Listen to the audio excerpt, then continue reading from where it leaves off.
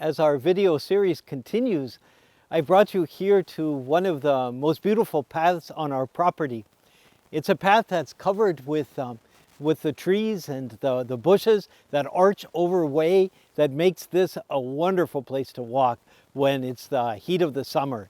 But even now, as the spring is progressing, it's still a lovely, lovely place. And I've brought you here to remind some of you who have been here to our retreat house what a wonderful opportunity we get to walk around here. In fact, when it comes time for me to walk for my exercise, I almost never walk on these paths because they're so holy.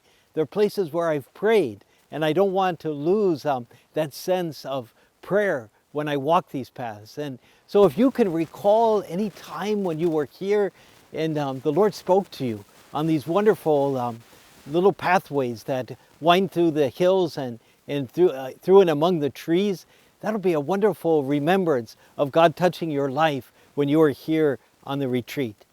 In fact, the idea of walking and being a pilgrim was precious to St. Ignatius Loyola.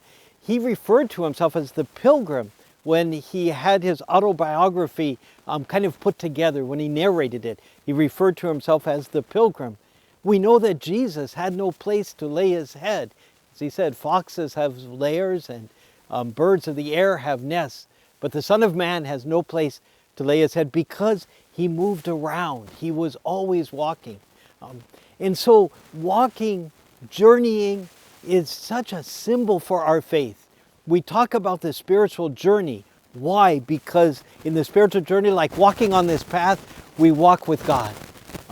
And at this time of the coronavirus, we don't know where it is the Lord is leading us, but we know that the Lord is leading us.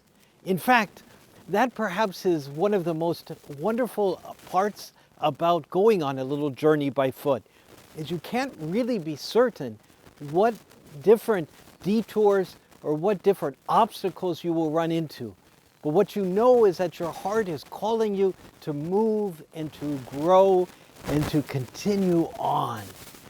And this coronavirus has come to us that we don't know why. We don't know why this detour is there.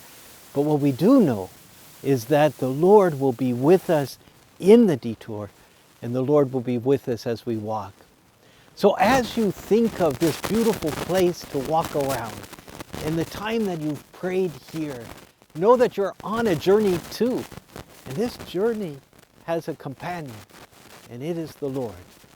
Walk with him now, and be at peace, and let him take you to the places, always so wonderful, that he wants to take you to.